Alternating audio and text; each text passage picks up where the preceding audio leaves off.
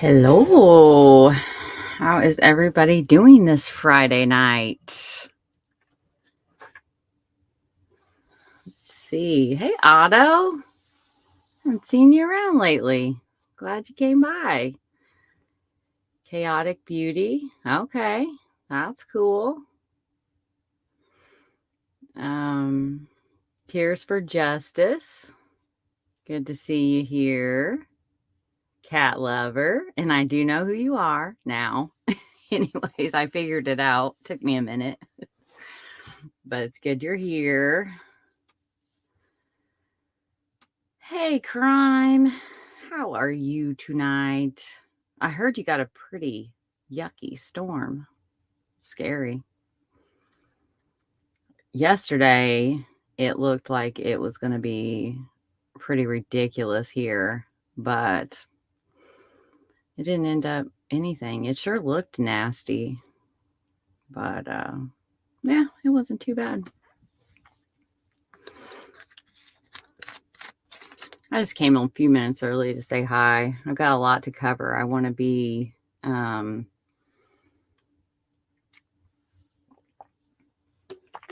sorry.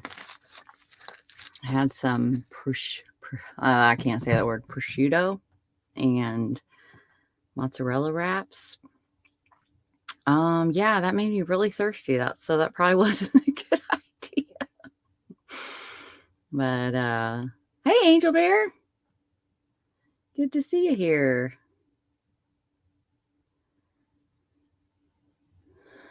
Yeah, fancy ham. That's what I had. I had fancy ham.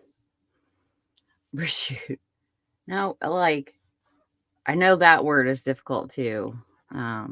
That's like the bread crust, right? Prosciutto or something like that.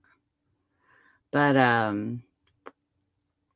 I don't know. It's called prosciutto, I think. I don't know. It's like Cat Lover said, it's a fancy ham for fancy folks. But yeah, you did have terrible storms. Oh, yeah. They must have just kind of went over your way or down your way, down and over your way, because nothing ever really landed much. Taffy, good to see you. Glad you're here. It's been a minute. I haven't been on here in a while. I did go live on the Justice for Shannon Paulk page that I run a couple nights ago, but I haven't been on YouTube or uploaded any podcasts in quite a while. I've been just dealing with a lot. Right, I know. It's been forever, but I had 2 back-to-back surgeries, and that put me out from into April till June, 21st. And I really wasn't, my dad took my stitches out of my back for me because my daughter had surgery. Wasn't sure if I was welcomed in some chats because of who I was. Dude, please. I'm not about that. Everybody, do what you do. And my thing is like, if you're going to talk about me, might as well just talk to me to my face. And honestly, I don't even really care if people talk about me. I really don't. Like, but there is that thing of like, with this online community of like, I consider, a lot of you like well, it's a hard thing to navigate because it's all new for me. And it's really just started since like COVID, of like online friendships. And I'm probably closer to some people online than I am like actual people in my life, which is kind of weird, but it's just kind of a sign of like what's going on in the world. But yeah, dude, I am if it's all good. Like, I don't, no one's going to tell me who I can and can't listen to. And I'm not going to tell anybody. Everybody kind of knows how I feel about a few people, but, yeah, I'm never going to hold it against anyone. I think you can kind of, you do that thing of like, if someone's, talking about me, it's like, why are they so comfortable doing that in front of you? I just read that quote somewhere. I don't even know where it was, but it's kind of like, yeah, there's some situations that I might get pissed off about, but it's honestly really hard to piss me off. But once I'm there, I give a lot of, once I get there with someone, and if they are well deserving of it, I'm going to give my fucks about that. And especially exploitative people. My bestie for 36 years are my next besties, and Shawn. Yeah. I feel so bad mentioning how I talk to my online friends almost every day to my best friend, who I don't call as often as I should. I know it is a weird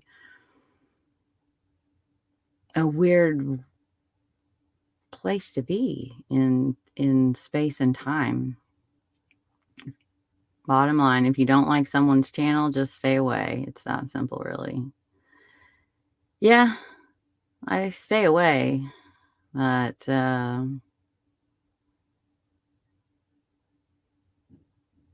for me, there's I think we all have like a responsibility to, especially as creators, I guess. And this is just personal. No one has to join my crusade by any means. I feel a responsibility to call out certain people. And as y'all know, I do that pretty often. But tonight is not about that. So we're going to leave that topic alone, and I'm going to get started because I got a lot to do before Incognito Society goes live at 9, and I want to be there because at least for the Skyly Carmack, Amanda Carmack stuff that she'll be sharing later, that was one of the very first missing cases that I helped with, and it was the last because I took it, it affected me way too much. You're looking for a child that's not murdered yet, and it just wasn't for me, and I needed to know my limitations, and that wasn't something that I could emotionally handle. Oh, I want to say that was, I really don't remember, to be honest. I want to say 2018, but I don't know. It's been a long time. It was just me being like actively, and like I thought that was kind of an avenue I wanted to take. Was working with someone, and they helped organize and get flyers out online. And so we kind of had a little group of us doing that. And yeah, I was like, yeah, no, I can't handle that emotionally. It was so sad. Just the retrospect of like looking through the pictures that I had just kind of grabbed as far as like helping get like the flyers and like some information, while Skyly, or she was missing. And so then you go back after, when she was found murdered, and it was just go back and look at what you've grabbed or what you've written down and all of that. And it was just, yeah, it was really sad. But I want to get to my first thing, and I'm going to try to start doing this because this is what the family has asked us to do.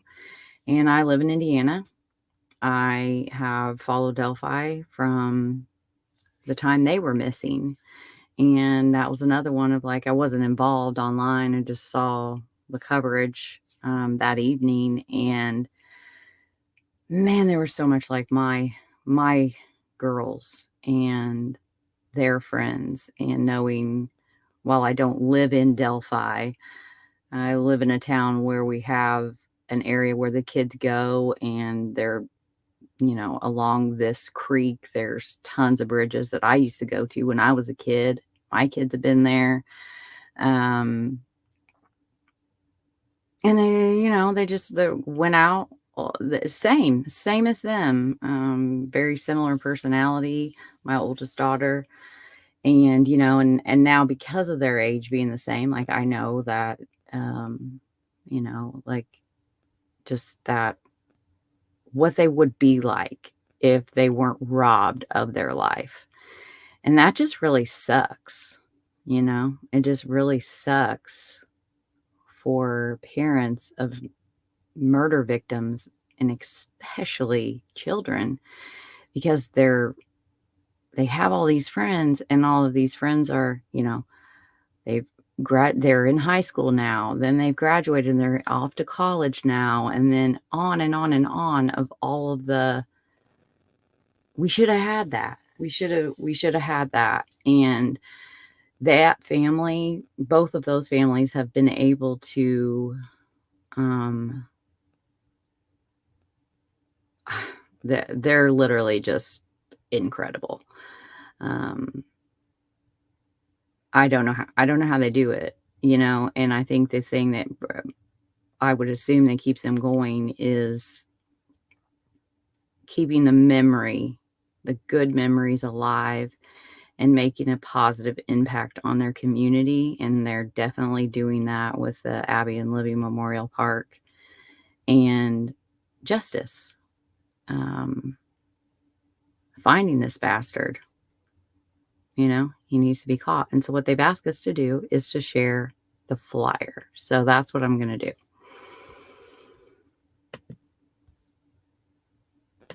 This is gotta share my screen first, don't I?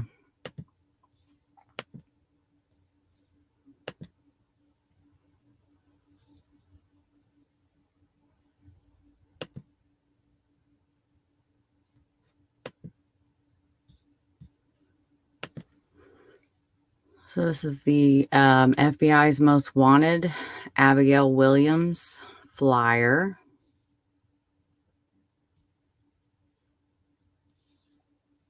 I'll go back up to that.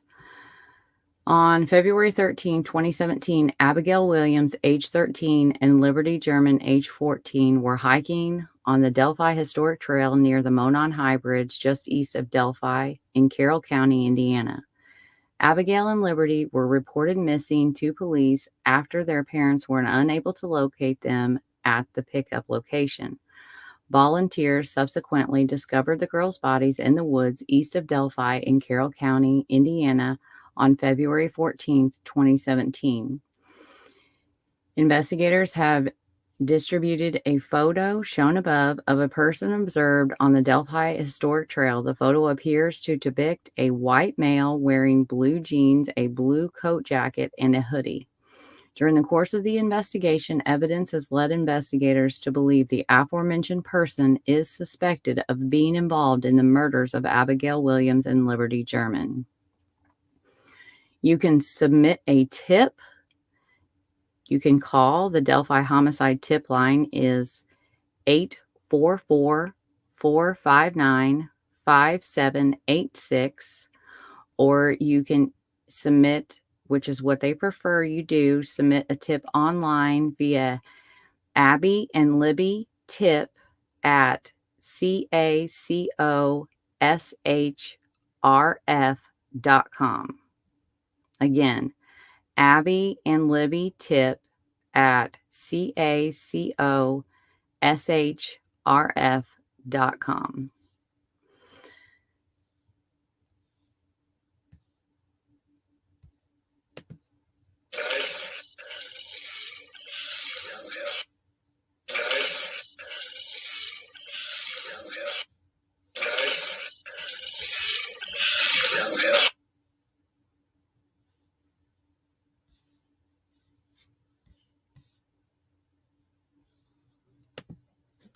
This is a sketch. Don't prefer to dwell on that. This is the suspect.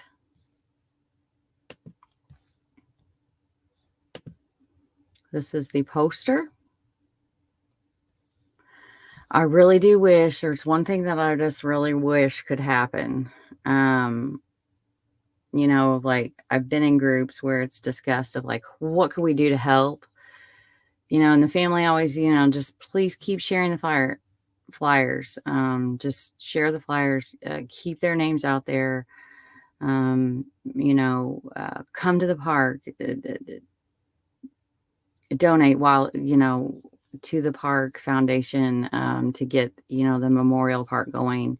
But really, they just mainly say, you know, keep their names out there and please share the flyers. And I feel like one way is we've got this video, we've got this voice, and one way that would get out to a lot of people would be if, I don't know, have you guys ever seen that where you at some gas stations, the fancy ones where they have the ads, or like a lot of times it's the news or whatever that play while you're pumping your gas? They usually scare the shit out of me when I first like get out of my car because they're really loud, but they get your attention. And what if that was something that we as a community or the police or the families or a joint effort on everybody's point, because I'm pretty sure it takes some money, is if we could get a few of the details and this suspect, his voice, his walk on that bridge out on those, and run, I guess they would be considered like a video ad, and run an ad on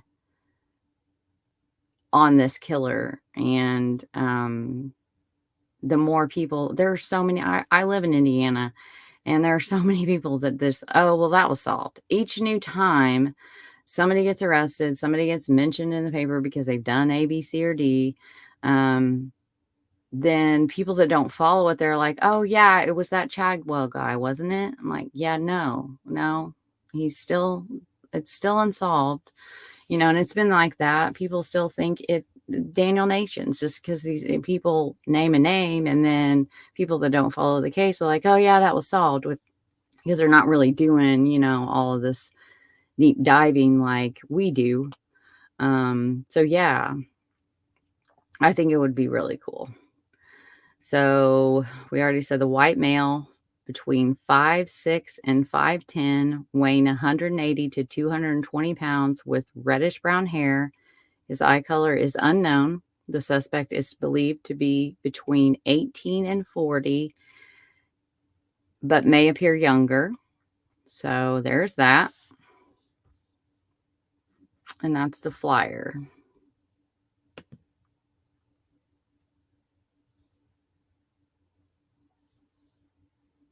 Yeah, it really is, Ivy. Like, Delphi has a canal days tomorrow. Hike the Delphi trails and get a towboat ride. Oh. Hey, Lake. Anyone I missed when I was off reading. But yeah, like that's what they've asked us to do. So that's what I'm going to do. There's a lot of people that cover this case, and they cover it really well, and they cover it respectfully. Y'all know, I think Gray Hughes Investigates does a great job. So there's one of my recommendations. HLN Podcast has done a phenomenal job. There's Incognito, when she was covering it. I can't remember if her videos are up, but there's a lot of great people that cover it. Just stay away from the ones that, you know, like to speculate and don't stay true to the facts. But for me, it's just not one that I'm going to, you know, cover in depth for personal reasons. But that is the flyer I wanted to share. So now I'm going to go back to our next little update here, which is Jonelle Mathews. I covered her case on Get Vocal with CJ. It looks like it's loading. Hopefully it works. Hopefully I didn't lose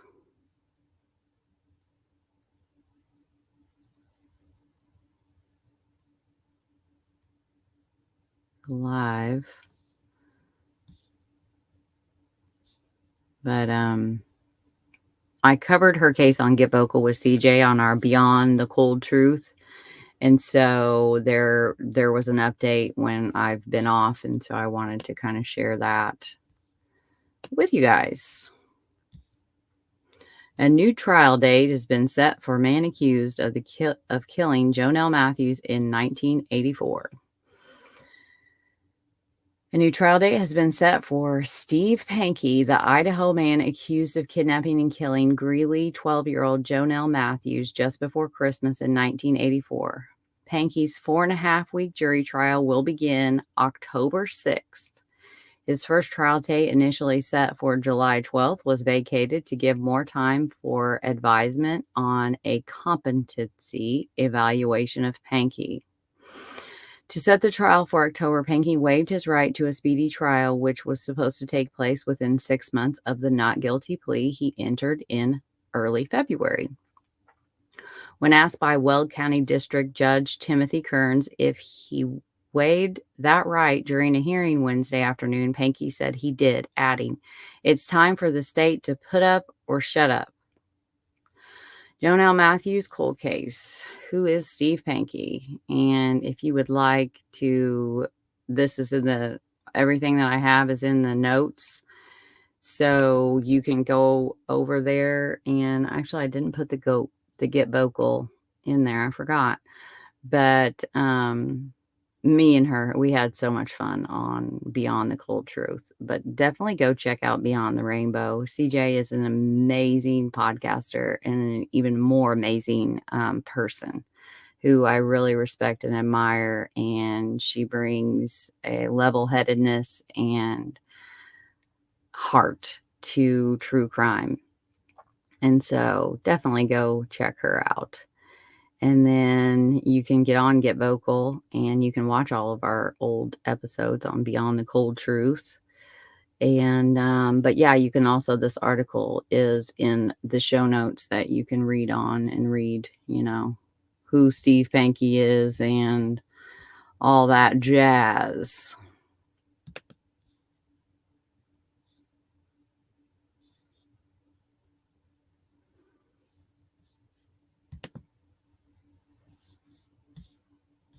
No, push the wrong button. Right. All right. So next up is Amiah Robertson. I was able to go to her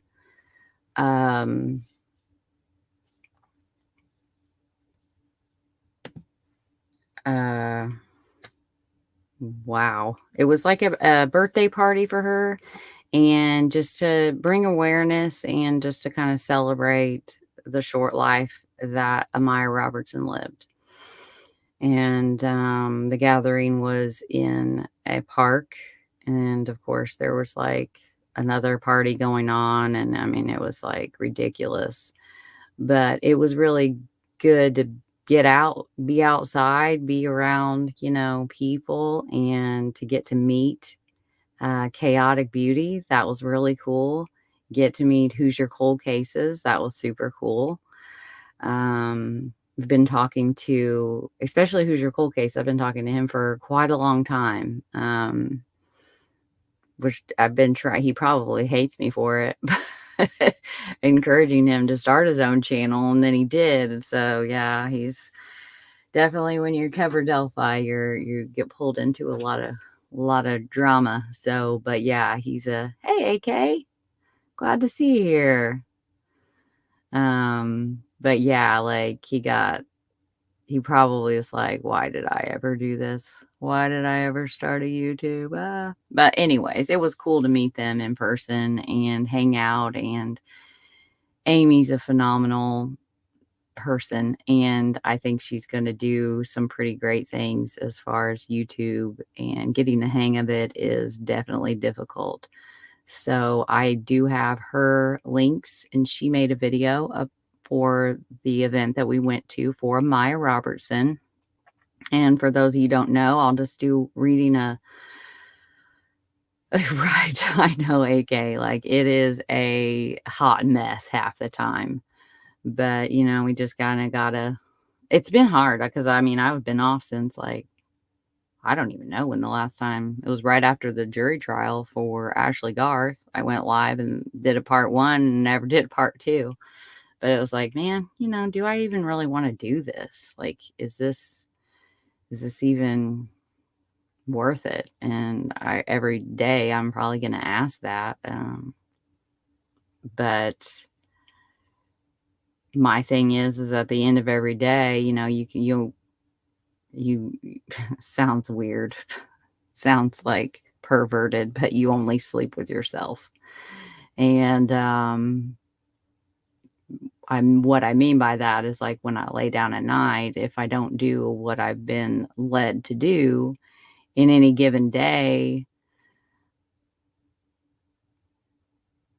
I take that seriously. And so I feel like there are families in cases that I have been privileged enough to get to work with, and knowing just how many more there are, and how many more, you guys wouldn't even believe how many murders, unsolved murders there are in Indianapolis alone.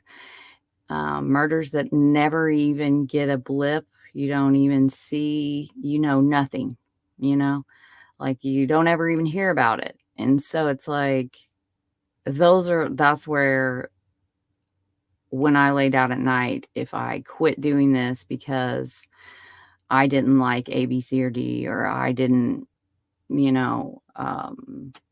want to be involved in drama or blah, blah, blah. Some of it I don't consider drama. I just figure it due diligence. But, like, I would have to sleep with that decision at night, no one else. And so I'm back. It is worth it due to the victims and survivors who need people like you YouTubers with integrity to keep their stories out there. Thank you. Thank you, AK. Of course, Ivy. Ivy and Amy are multitasking, so that is totally fine.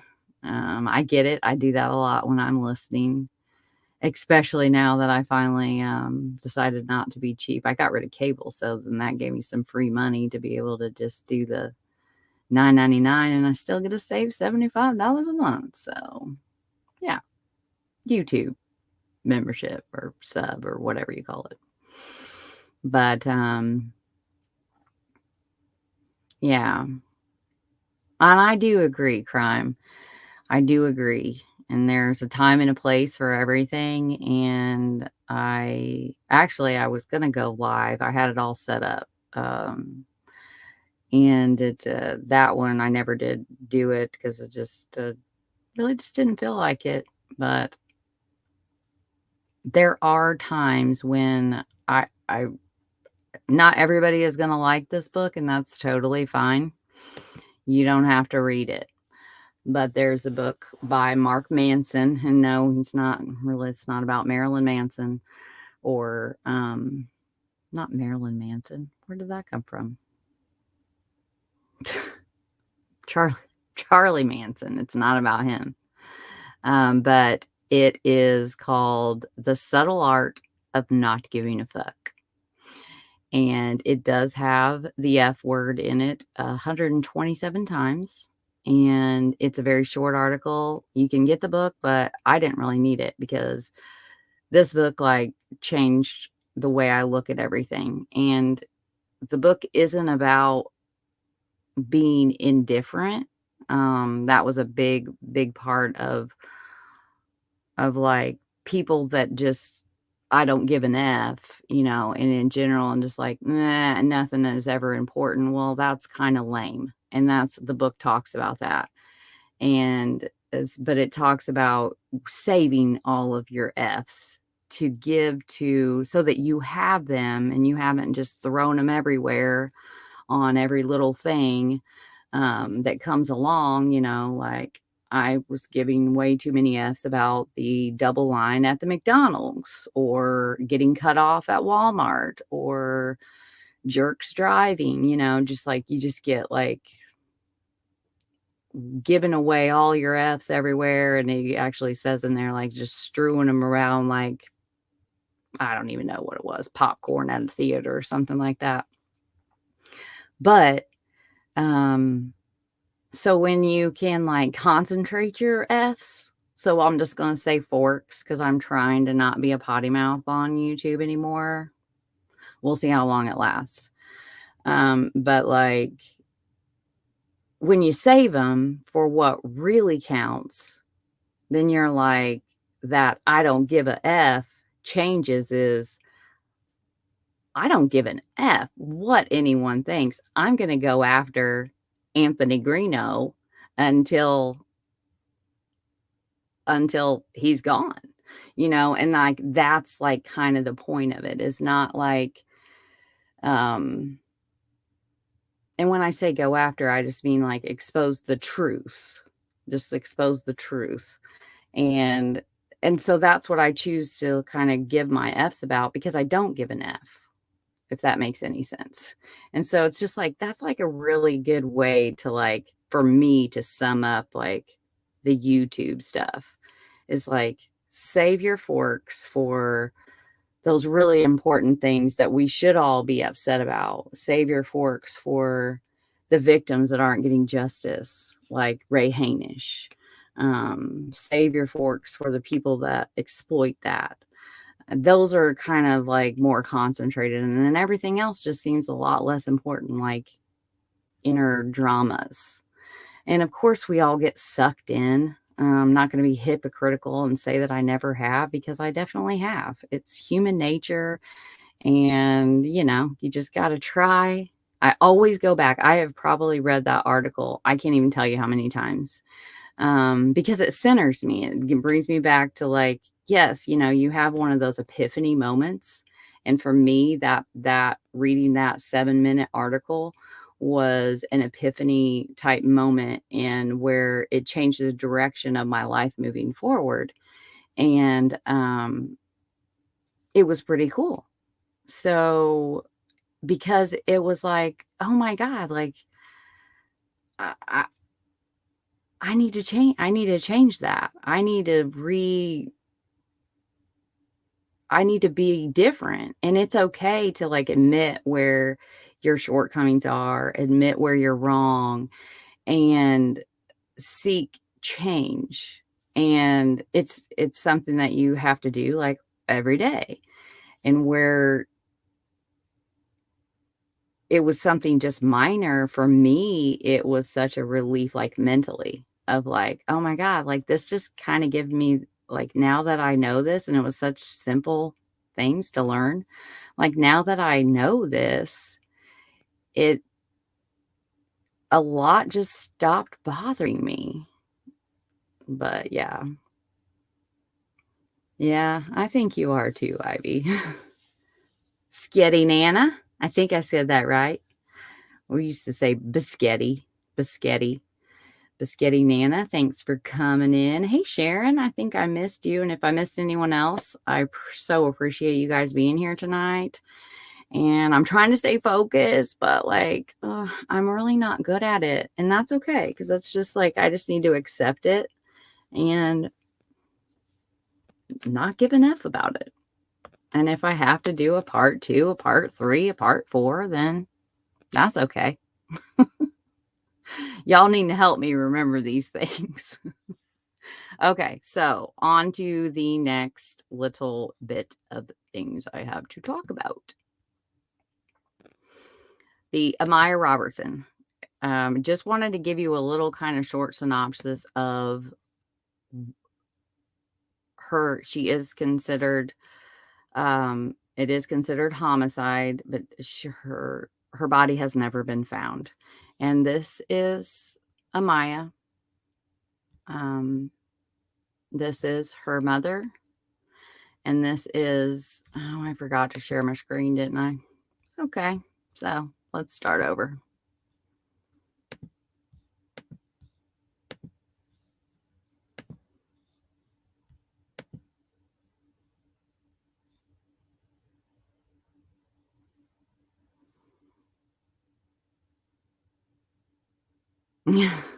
Thanks, Otto. Yeah, I mean, it really was empowering. Okay, here we go. Hopefully I'm sharing and hopefully y'all can see it. This is baby Amiah. I believe I would have to ask Cece Hatton, who I just cannot say enough good things about. Like, every case needs a Cece. Her link for her, I'll show it here in a minute because I don't remember the full name and I want to get it right. But this woman is a spitfire. She has so much drive and so much commitment and like long term,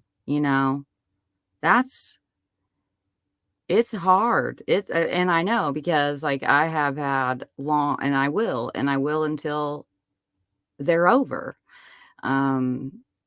She does this.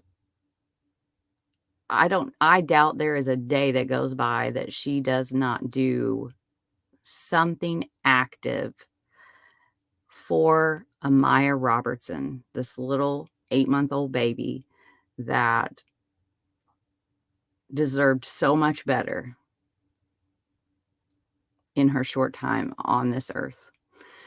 But these are the photos. This is her biological mother, and this is a boyfriend of the mother. His name is Robert Lyons, and this is Amber Robertson. And this is the maroon 1996 Isuzu Rodeo, which Robert Lyons was driving, and that is what the papers had to say.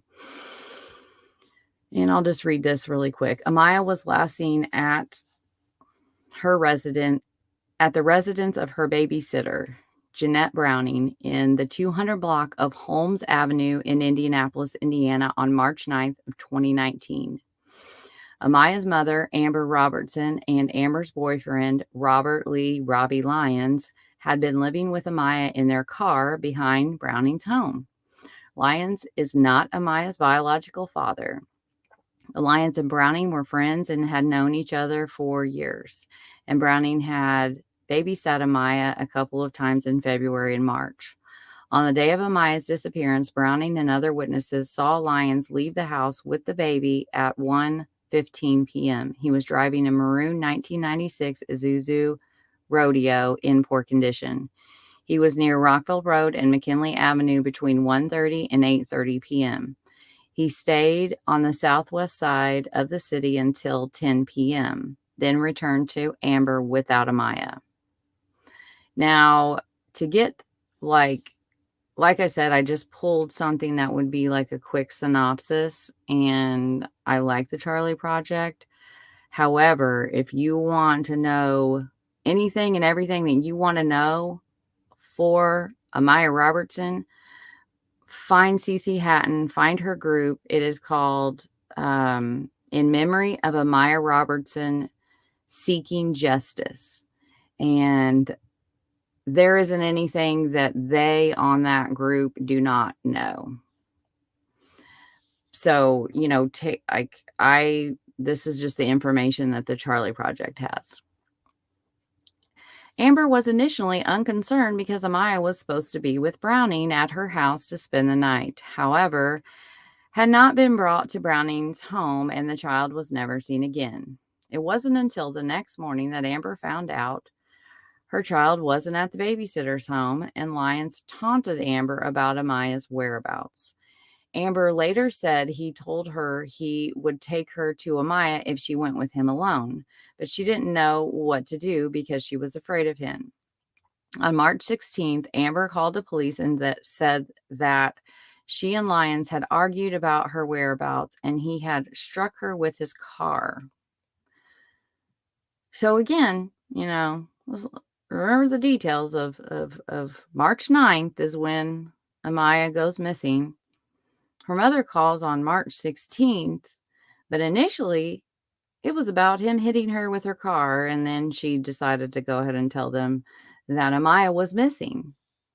March 9th, March 16th. Brings me to another point. There is a petition, and I am all in favor of this petition, and I hope everyone will go and sign it because it is so important. I talked to Laney with, or Lane, I always say that wrong, with Suffer the Little Children.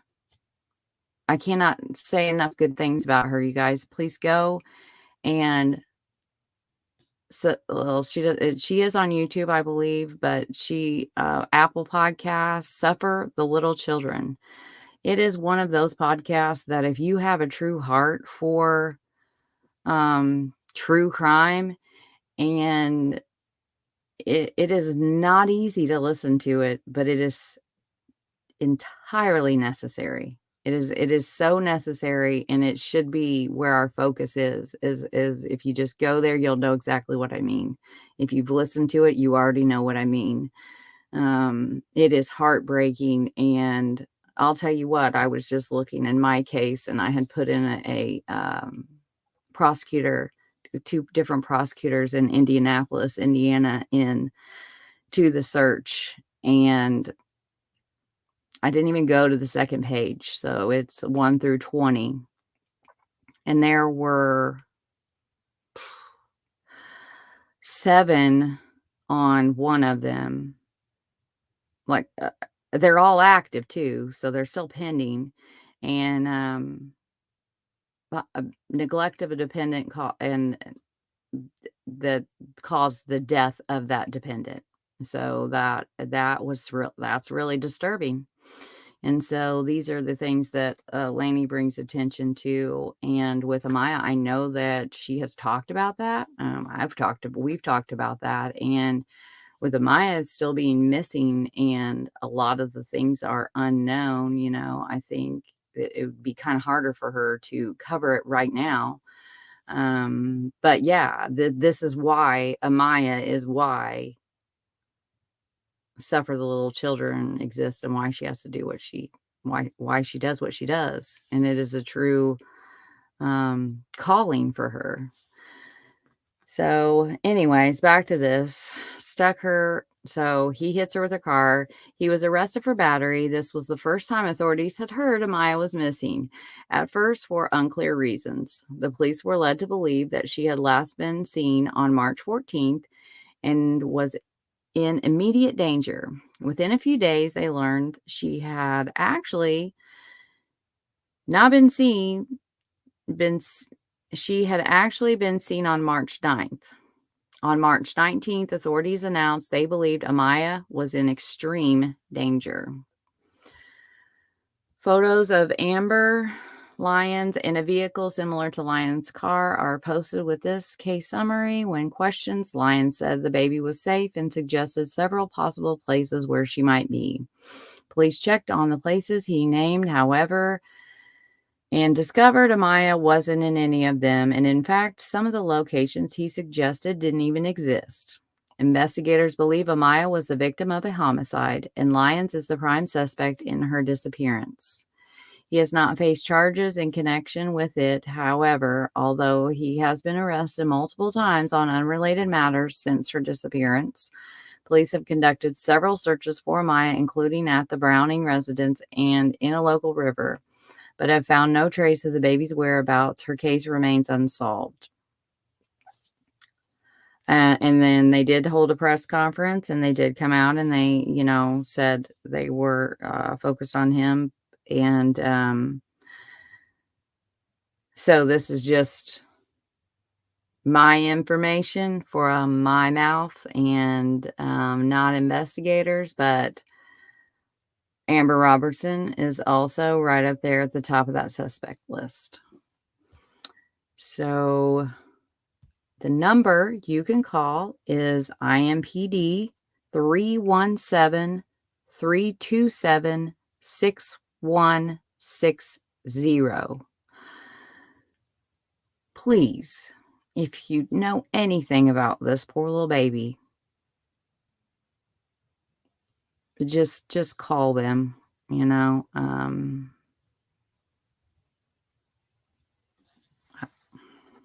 There are people that care deeply about this little girl, and a community that cares deeply about this little girl. And man, some of them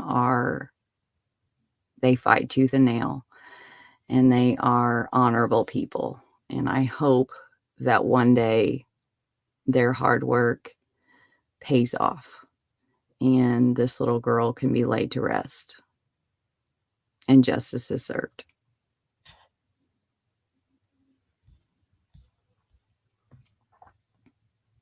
And so, as you can see, there is a change.org, and all of this that I'm showing on the screen right now, it is in the description of this video. So if you open it up in the description, you'll be able to see all of these links, and you'll be able to go to them yourself. So you'll be able to find this. And the person that put it together did an amazing timeline on there. And then again, in memory of Amiah Robertson, Seeking Justice. It's a Facebook group ran by Cece and a few other ladies that are incredible. I can't say enough good things about her. It was really awesome to meet her. And then Chaotic Beauty. She also, there's a link for a video. She has a channel. I suggest you all go follow her. She's super cool, and definitely check out her little, it's very short, so you won't have to spend a lot of time, but it will give you a synopsis of the case in the very beginning, and then show you some highlights from the birthday party awareness gathering that was held just here on July 24th of this year for baby Amiah. And so go check that out and subscribe to her channel, and definitely watch her coverage of Jamie Tate. And I'm sure there's going to be more coming out, and that is one that I know is close to her heart, and was a very good friend of hers. And so if you don't mind, for me, go subscribe and like those videos and share those videos. Jamie Tate and Amiah Robertson. And definitely check out all the rest of her content, because I'm sure it's awesome. And then, so let me come back for a minute. Let's see, what's the time? Okay, not too bad.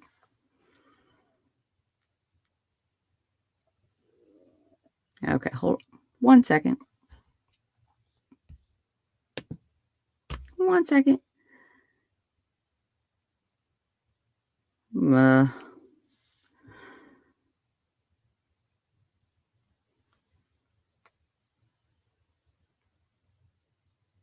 gonna go get the little one. Her boyfriend got his license, but he can't bring her home, so I gotta go pick her up. But you know, she's not gonna get her license anytime soon, so I might as well be getting used to going to pick her up until he can drive at night. But yeah, she's like her mom. She's a terrible driver, and it has been terrifying. And she should have already had it, but yeah, no, that's not happening. I mean, we were literally, like, I got sent my husband, I'm not married, but I'm just never going to get married again. But he sent me a link to like this armored, it's an old PPD, like police car, like the SUVs. And it's like, we should probably get her this. That way, at least everyone will just kind of assume that she's law enforcement and maybe cut her a break. I'm like, oh gosh. It's like, I think it needs to be like bright green with like flashers on the top of it to let everyone know that she's like driving in town, because it's absolutely terrifying. And you are so welcome, Chaotic Beauty. If I missed anything else. Oh yeah. Have they not? Sketty. I'm just gonna be calling you Biscotti because that's what we always said. Biscotti Nana. Yeah, AK and Gonzo. Go follow those guys too. They are freaking cool as hell. Like, I'm so jealous of their life, and I wish I had the ability to. I don't have the I mean, I used to do some cool things, but I've gone skydiving, cliff diving, hiking in really cool places, Colorado. And but in the last few years, that's not been on the agenda or the ability to do. And so, yeah, I watch their videos, and I'm like, I gotta like live vicariously through all of the cool shit that they do. And they they when they're traveling doing cool shit, like, I've seen, I don't know, skiing. I think one video was Gonzo like base jumping, if I'm remembering right. It was something really cool. But they also do cover cases. And I know Suzanne Morphew is one. I'm trying to think of some other ones.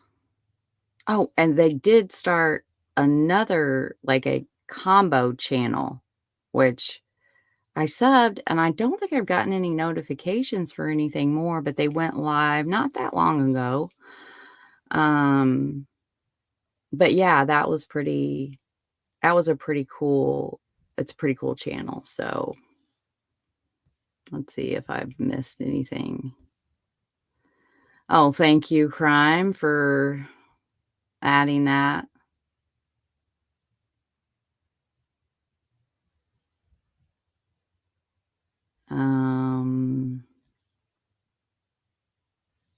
Let's see who's got an idea. How to accomplish this idea of yours. What is Crimezilla's idea? Oh, probably eliminating the drama. Yeah.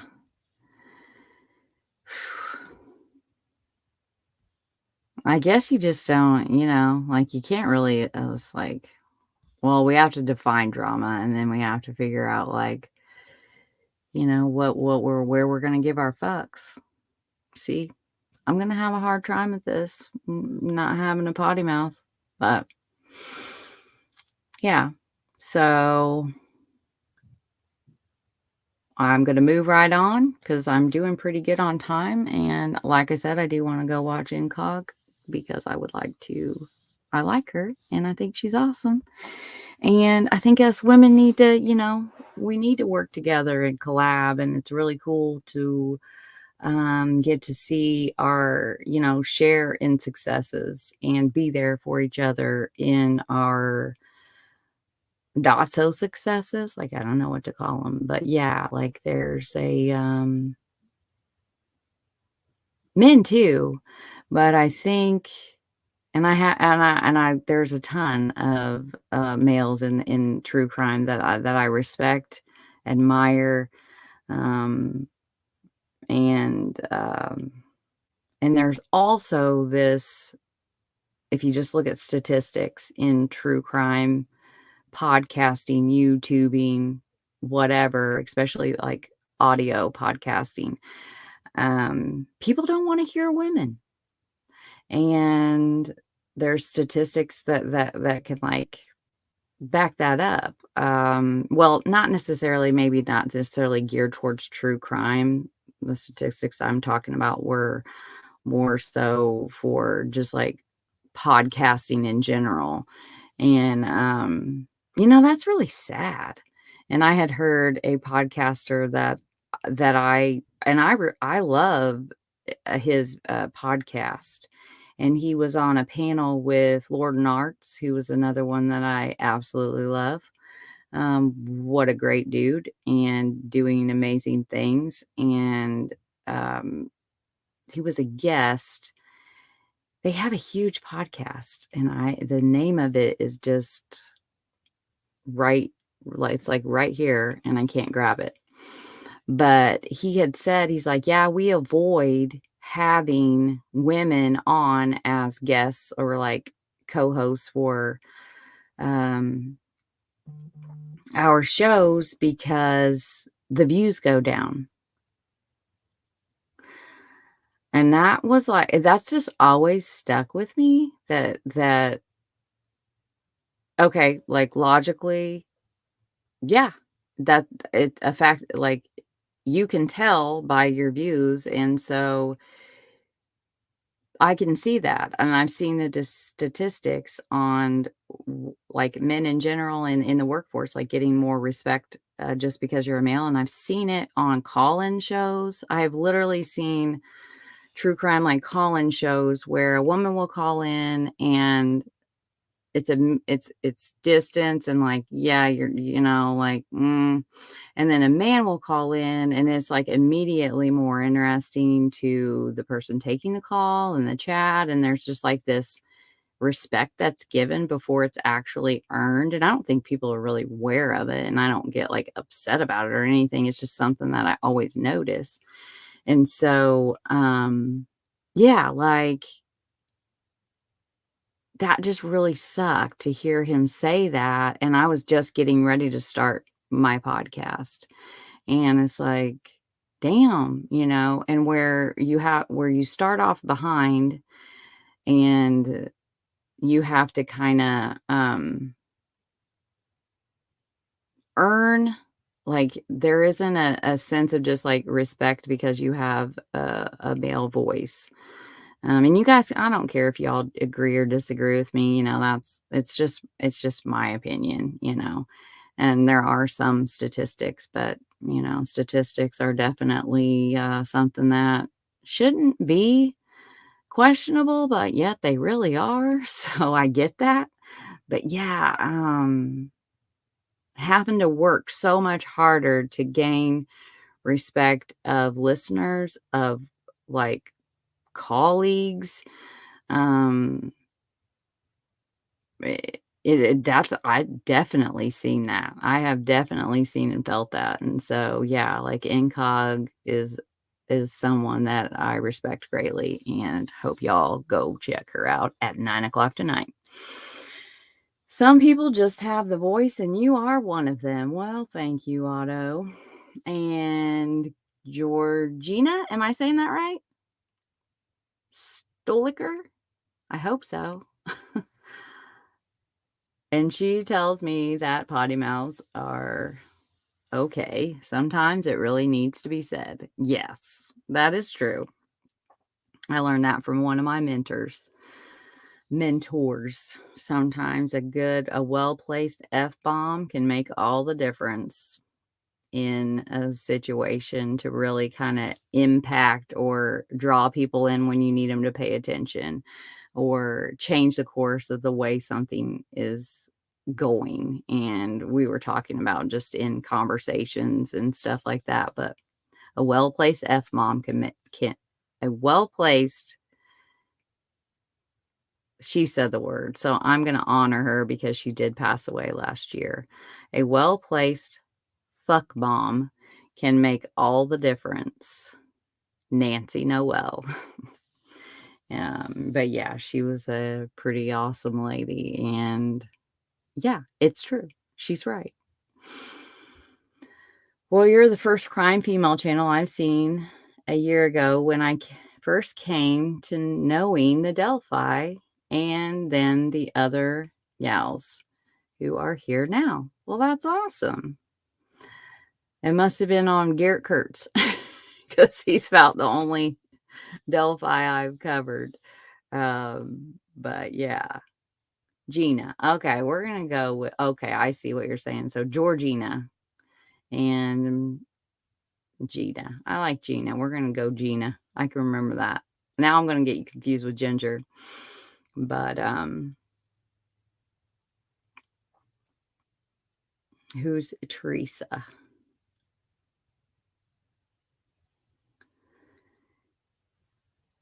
Have bomb moms? Oh, that must be something like a podcast.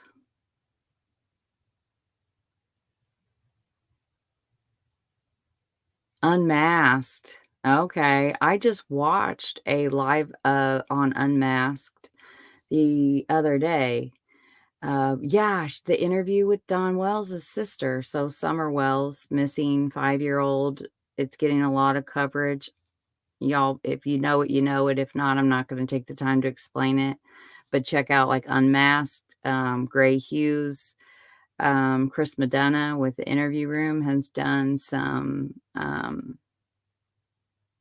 interviews with Candace Wells, Summer's mother, and Don Wells and Hunter. Oh, I shouldn't say his name. Retract. Another,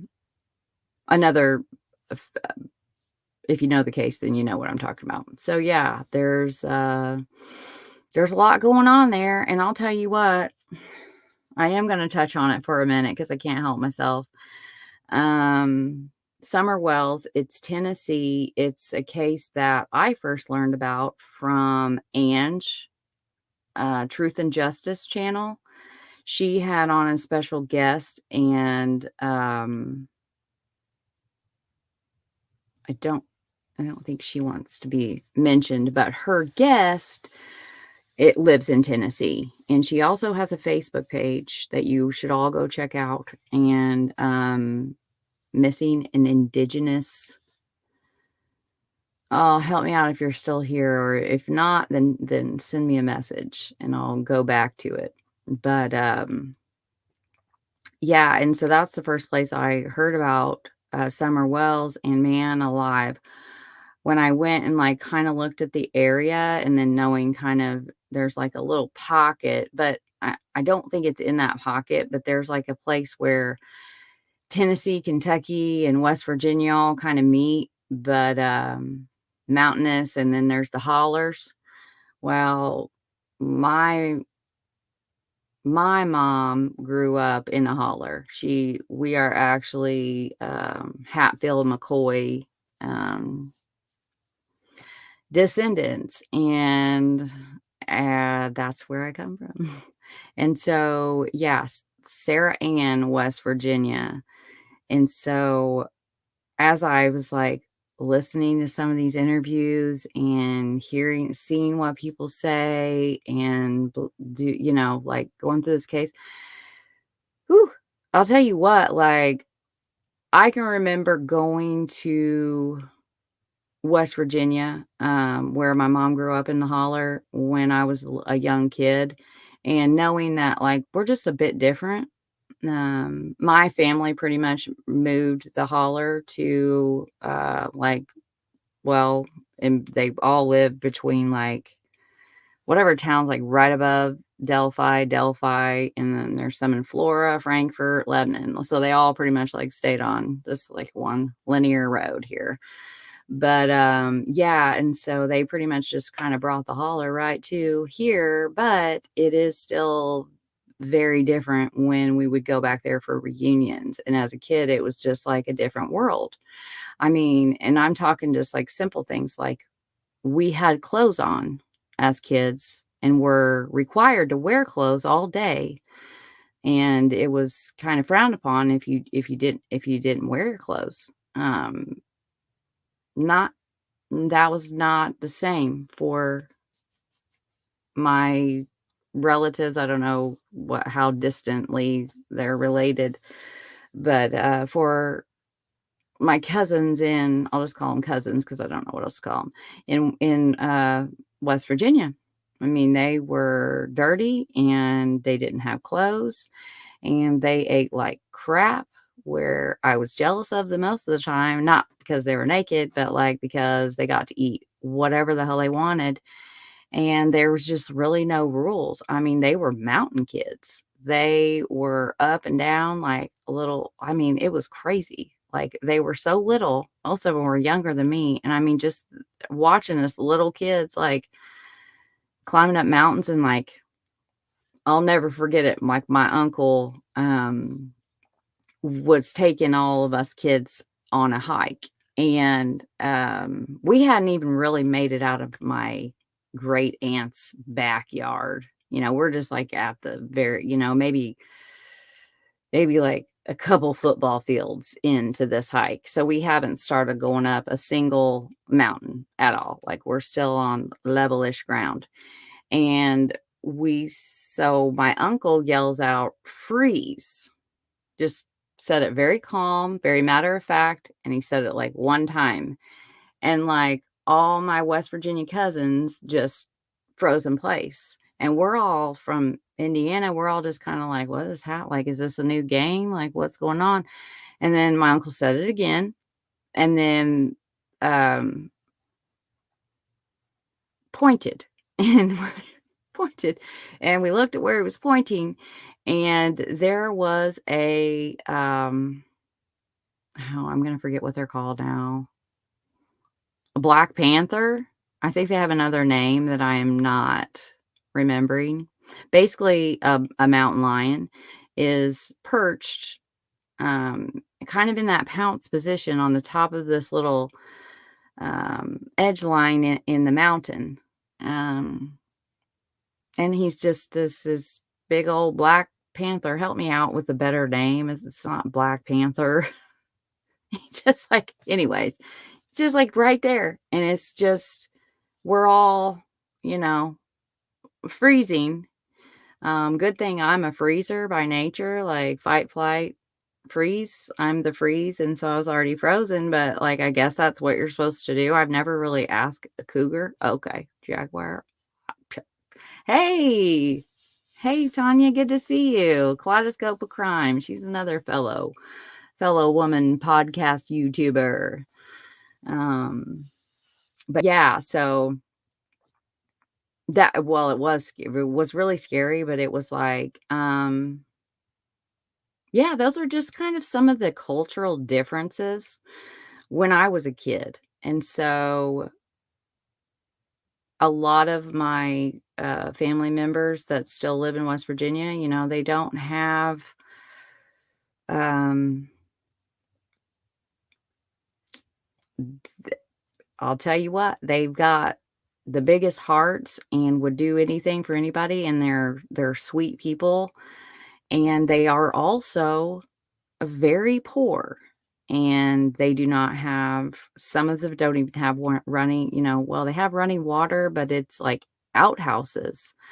Electricity is kinda hit or miss. Front porch sitting is really popular, and homes that look exactly like, Summer Wells's home that she lived in.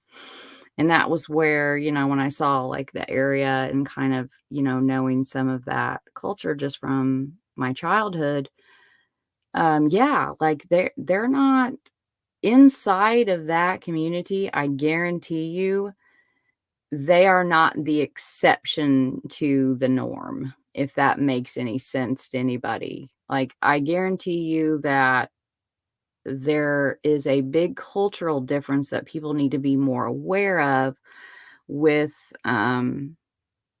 this case, and I'm telling like, there's a lot of other situations that I see in my family, and I've had to kinda come to terms with, I'm a why person, and so when I grew up and, like, I knew that there were things that I loved about how I was raised, and there was things that I wanted to do differently with my kids. And, yeah, but then again, that begat, you are your raisin until you rise above that raisin, and that's a choice. But it's also there's a lot of, um ignorance, like if you d and ignorance is just simply, you don't know what you don't know, and then once you do know it, you're not ignorant anymore, you're just stupid, or you're just choose to be, uneducated or whatever. But that's still a choice. Ignorance isn't a choice. It's just you don't know what you don't know until you decide to learn something different or do something different. And I wanted to do that for my children. But there are things in this case that I can say are very similar to my own family.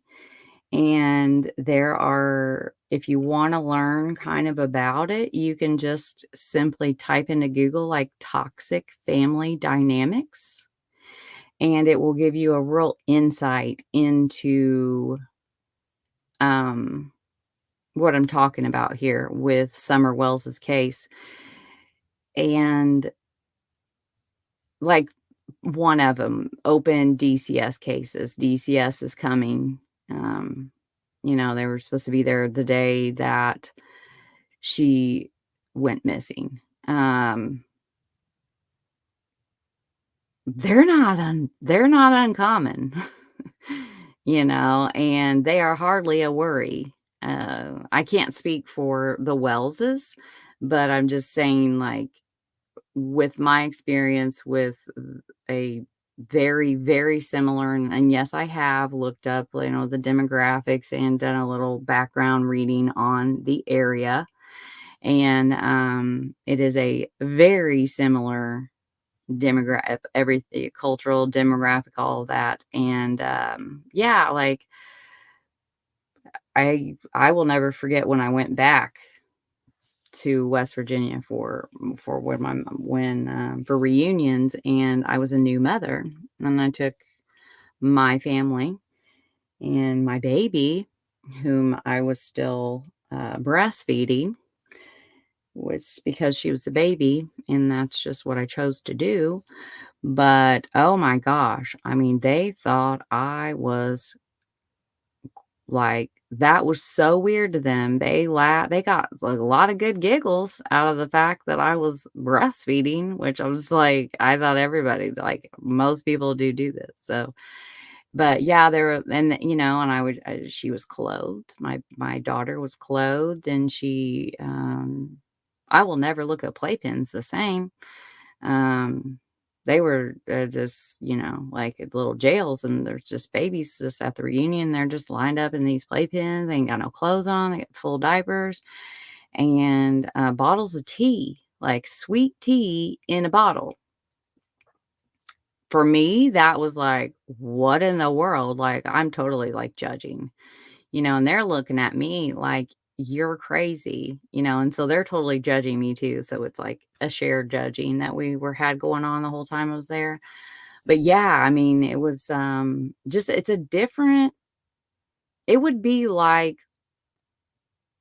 holding, I gave some friends an example of it the other day of like when I did that podcast about murder in Benin and like Ghana area, and where we see it as murder, they see it as a necessary evil of if their family is unlucky, murdering a child. Now I say murder, but they would say sacrifice or purging of a dark spirit, and by a medicine man. And so there's a huge cultural difference though. And you can watch some clips of there's one of a mother, and she's talking about why they had to get rid of her newly born baby, because there was some bad things that were happening to the rest of the family, and in their culture it was blamed on a dark spirit. And signs of a dark spirit are, a baby being born breech, a hard labor, small boobs. That was one in one of the stories that I covered. This girl had small boobs, like she didn't develop her breasts. And so she was blamed for her dad losing his money right after payday. And this is just this will sound so foreign to all of us, like, listening, and I can even feel my own, like, expression of just like, "What?"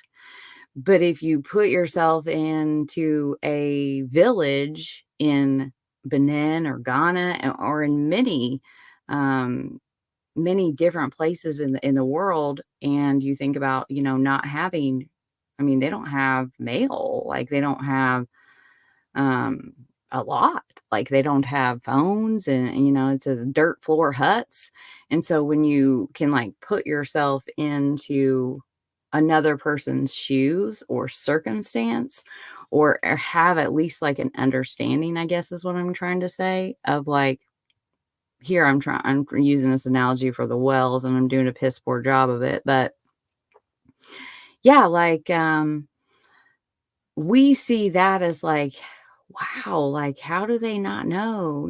Like, that is bad luck is not, going to be altered. But for them, they see that as a necessary evil that they have to do in order to save the rest of their children, their children's children, their parents, their husbands, their wives, their brothers, their sisters, their entire family is at risk, and they believe this with all of their heart. And they are not killers. They are not psychopaths. They are not bad humans. They are just simply doing what has to be done to survive, given what they know in this world. And so, yeah, like when you do look at Summer Wells and Dawn and Candace and Candy and some of the other players in this case, the sisters, think about that, of just try to put it into perspective of there is a huge cultural difference in, um, that needs to be considered here when we're talking amongst each other about a case. Um, so that's in that area where they all live. This is where I'm talking about is Sarah Ann, West Virginia. If that's where my mama grew up. And that's where we would go and visit all the time, and that's where they have brought that my family kind of brought that like, where I'm literally here in Indiana because of the Hatfield and McCoy feud, which is pretty ridiculous. But yeah, my mom's cousin married a McCoy, and our family is predominantly Hatfield. And so, yes, and I do know when that feud was, but that just shows there isn't a lot of progression, as many years, there's not a lot of change, and some things were alive and well in West Virginia. And so there's areas of Tennessee where it's like very similar, because it's literally like Tennessee, Kentucky, West Virginia is like you could drive a few miles and kind of like get to at least Tennessee from where I would go all the time as a kid and as an adult occasionally. But yeah, like it's yeah, it is when the History Channel did that, that was pretty crazy. They started a Facebook page, and they kept tagging me in them, and I'm not a fan of, like, funerals at all, just a personal preference. I don't like them, I don't like caskets, I don't like open caskets, I don't like, any of that, and I don't want any of that for myself, but, I think it comes from just, how,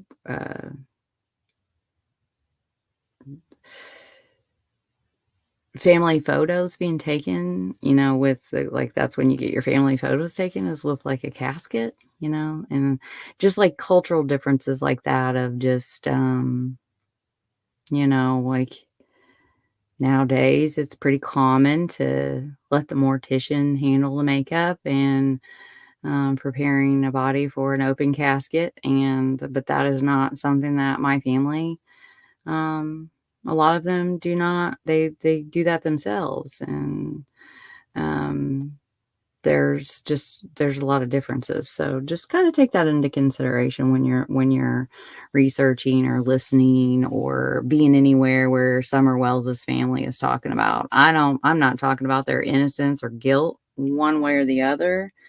Nobody knows that. Nobody. And so, but just kind of take that into consideration and maybe that'll help put some perspective on at least that aspect of it. Anyways, Marshalltown, there is one about 30 minutes from. Okay, not for me. That's okay. I can't remember. I have it on my map, but I can't recall it like right off the top of my head. Okay, I'm moving on to the next Shannon Paulk. So there is going to be a vigil for Shannon. Shannon Paulk. It is the 20th year anniversary, and my friend Wesley Meyer, who runs the Justice for Shannon Paulk Facebook group, and him and his daughter are the admins of that. They're hosting along with family and some other committee members who I did not get their permission to name, so I'm not going to.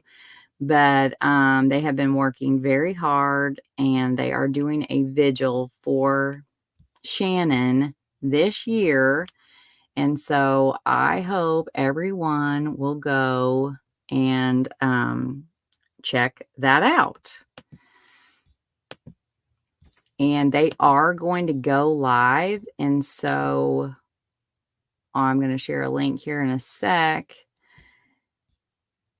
And when they do, I hope that you will, if you get on the Justice for Shannon Facebook page, I run the page, Wesley runs the group. If it weren't for him, I wouldn't know about Shannon Paulk. And so I'm forever grateful. And he runs her group and I run the page. And so but the page is public and the group is private. So on the page, there's a link in here for the group as well. But on the page, I will try to at least post a link to where if you want to join the group, you can join the group, or if there's a way to share it to the Facebook page. I'm not sure yet.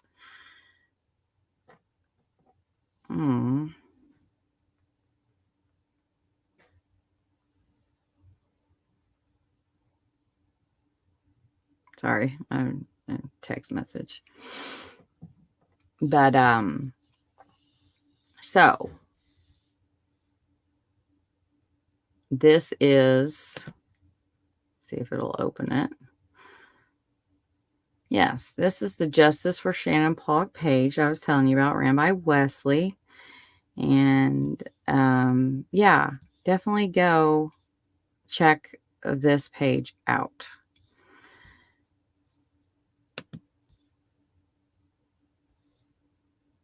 But anyways, I'm just going to read it real quick.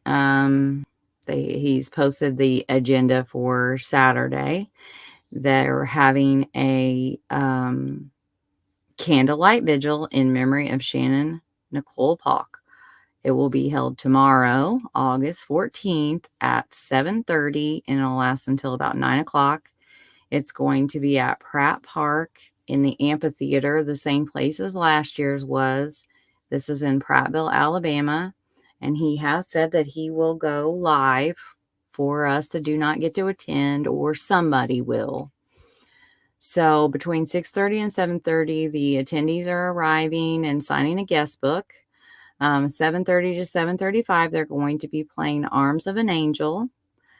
7:35 to 7:40, Welcome and Introduction by Wesley.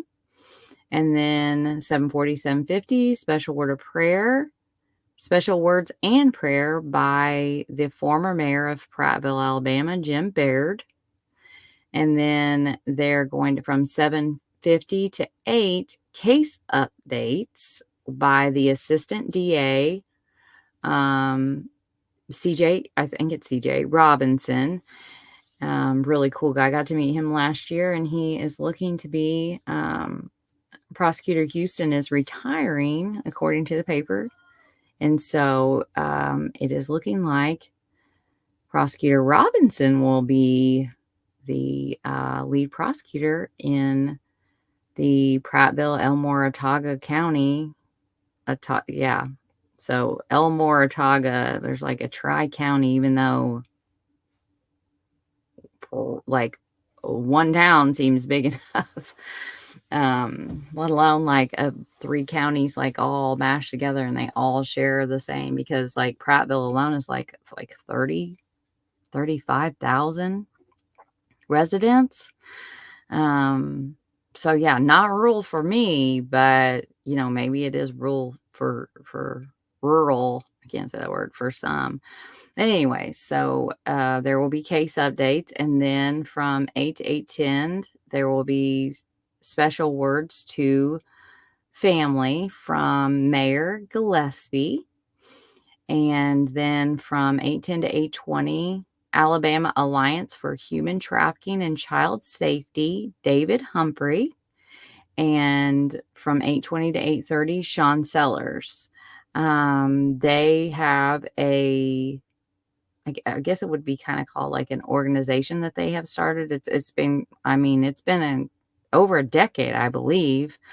But I've talked to David Humphrey, and they're just trying to bring awareness. Their organization, the Alabama Alliance for Human Trafficking and Child Safety, is just trying to bring awareness to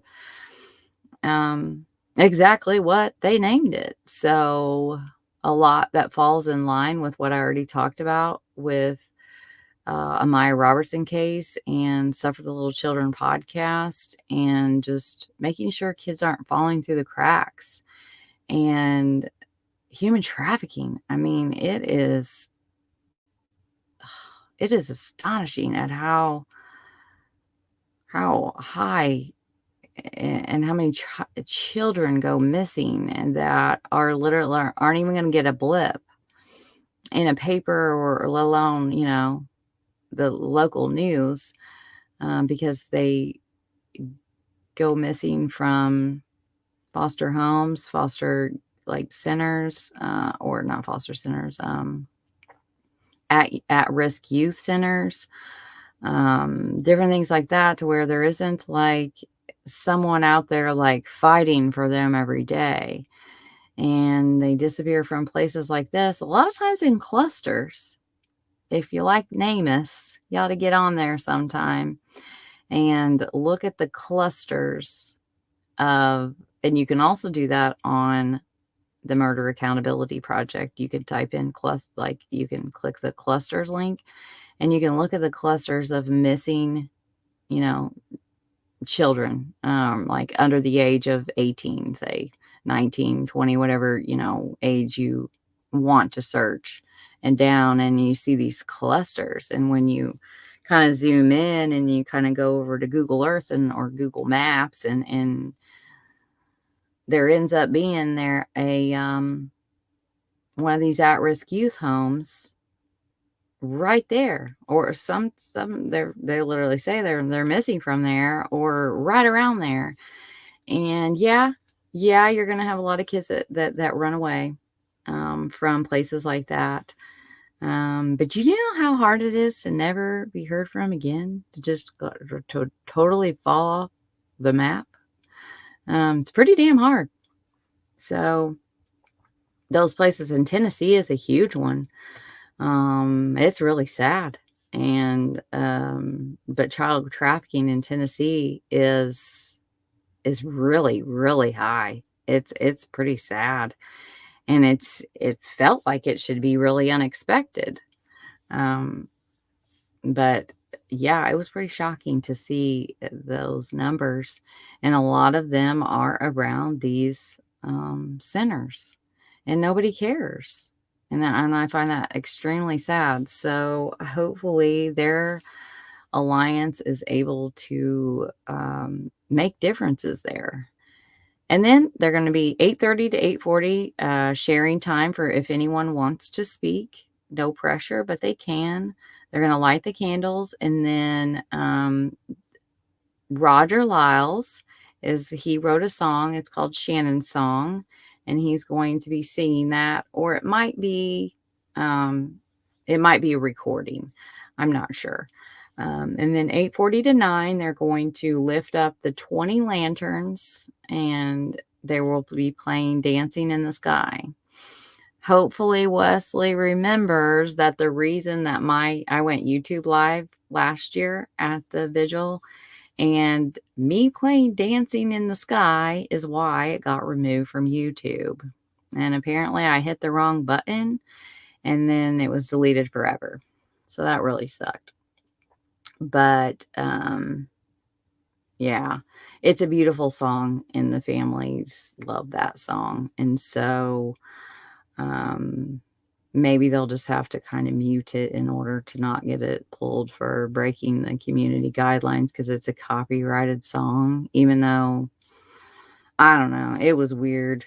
But also a correction from the live I did on Thursday. Glamour and Grit are the ones that did the attire. They've made really cool sweatshirts and t-shirts for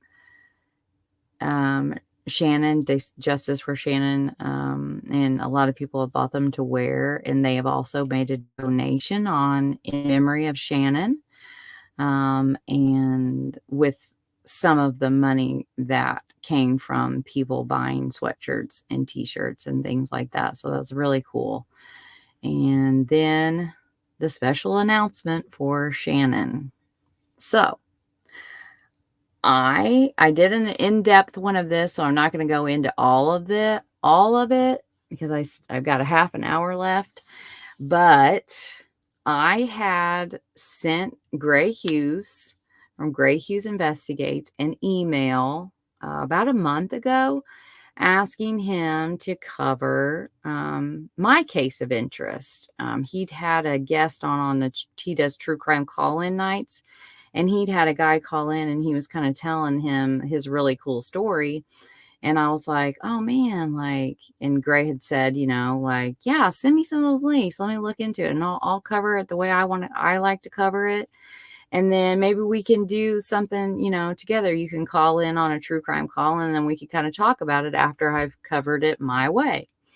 And I love that. And so I was like, ooh, I'm totally going to send him my case of interest and said in the email, whether we collab or not,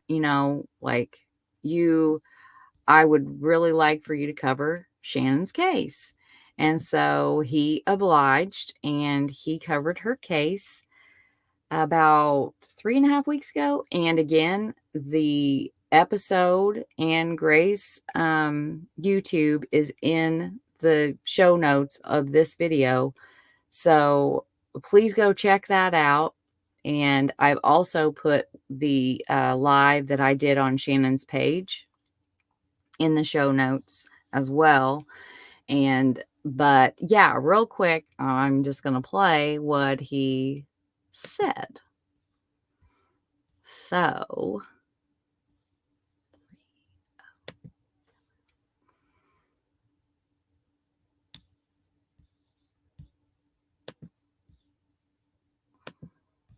I don't want to screw it up, because you probably had other information. I didn't even know you were working on anything.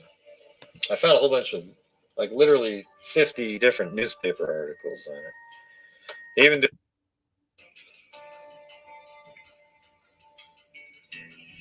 okay, well, tell them, Cold Truth, that if they want to work on this one, that I would be willing to fund, through the channel here, the freaks. the genetic genealogy attempt, if they've got DNA. And so all they have to do is get a hold of Identifinders and let them know that. Okay, Identifinders International with Colleen Fitzpatrick, and we can do that. What do you think of that? And I'm not kidding either. It's a real thing.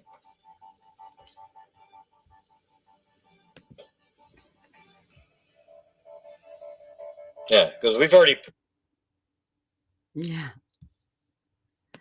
I mean, I was freaking screaming when, because I had in the email that I sent him, I thought that it would be a good case for him to cover because of the way that he is a master of Google Earth and putting together all the pinning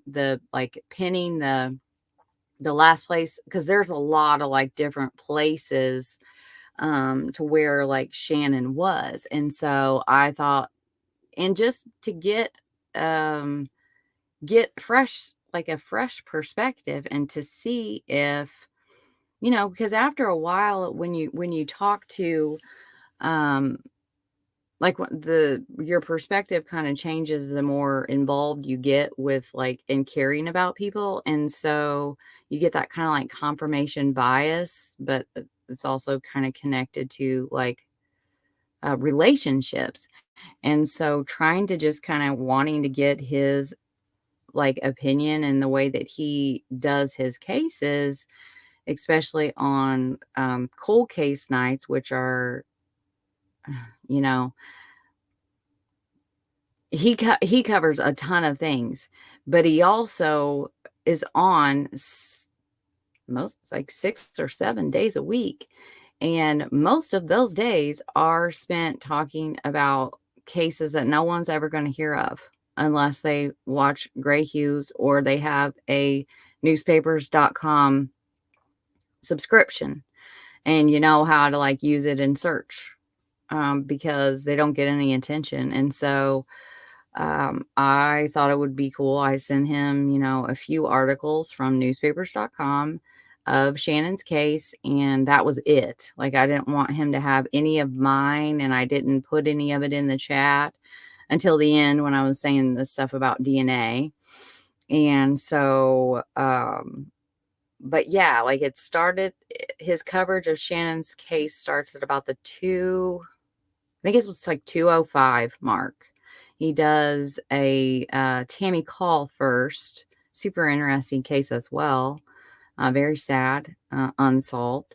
And so he does her case first, and then he goes into Shannon's. And at the end of that is when he has already done one with, he works on his channel. You can check out the episodes with Dr. Colleen Fitzpatrick.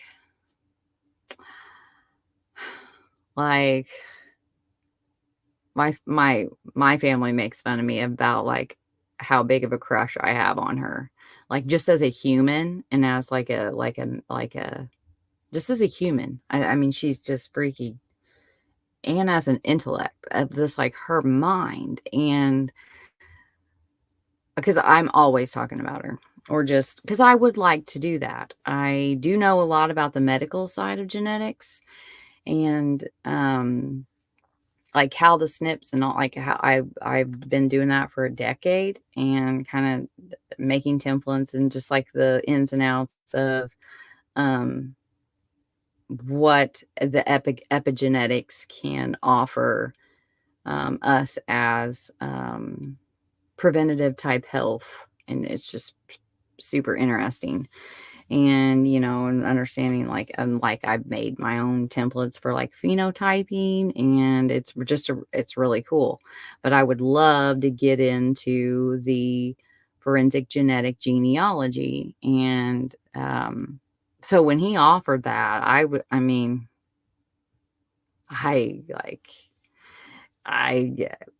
dumbfounded, because I know how expensive it is. And just that this is something that her family, Shannon Paulk's family, has reached. We have talked about this at in length. I've talked about this with her daddy on several occasions of like, what would it take to raise the money to be able to do that? And just to have him and his channel and like all the freaks in the chat were super excited about this being potentially the next new case that they fund, because they're Bibb County John Doe, which is an Alabama unidentified individual, and they have sponsored finding out through Colleen Fitzpatrick at Identifinders who the Bibb County John Doe is.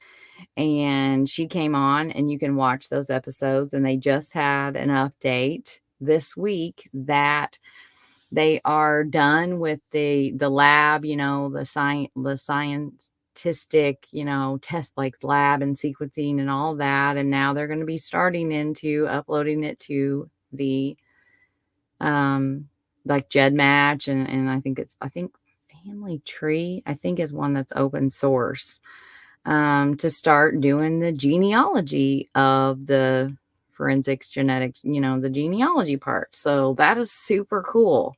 And to get to be a freak and to be able to, like, I'm a very low paying member right now because of the job situation over the last 4 months, but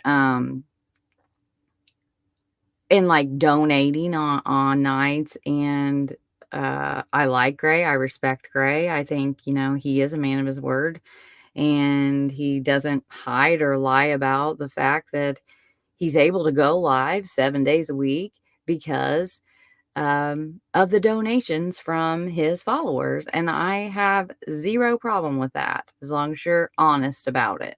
But a huge portion of like, not necessarily his channel, just a huge portion in general, he donates. We donate as a cult, whatever you want to call it. I don't give a fuck. But yeah, like when you actually get to be a part of something and then like watch it come to fruition in this true crime community, I'm sorry, but like that's super exciting. I mean, that is what it should be about.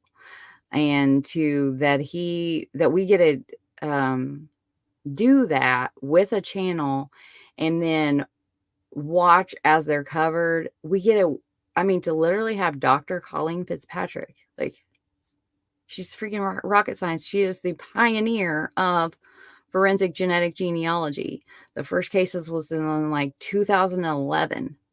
And I mean, she's the it. Like, she is the Michael Jordan of this new technology. So to have Identifinders, and also, like she was a co-founder of the Innocence Project. I mean, this is a woman that is not only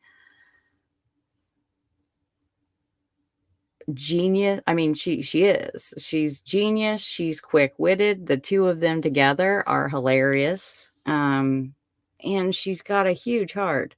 So getting to like watch his shows and be a part of, contributing to that, and then seeing it come to fruition. And so that Shannon could possibly get to be one of those things on his channel, I'm going to cry. Like, sorry.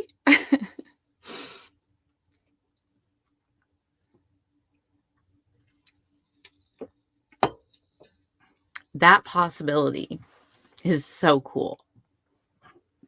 So thank you, Gray Use. And there's a lot that like has to be, obviously law enforcement has to, there has to be connections with more so viable DNA. Just stop my camera for a second.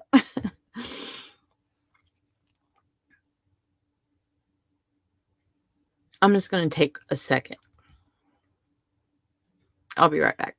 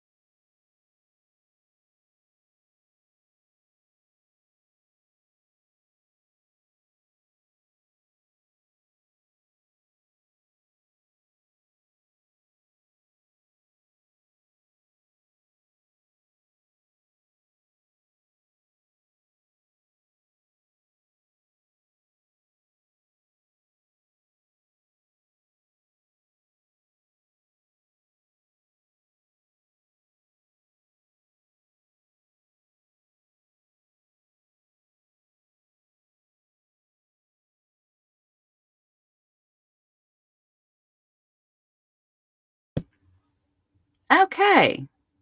Composed now.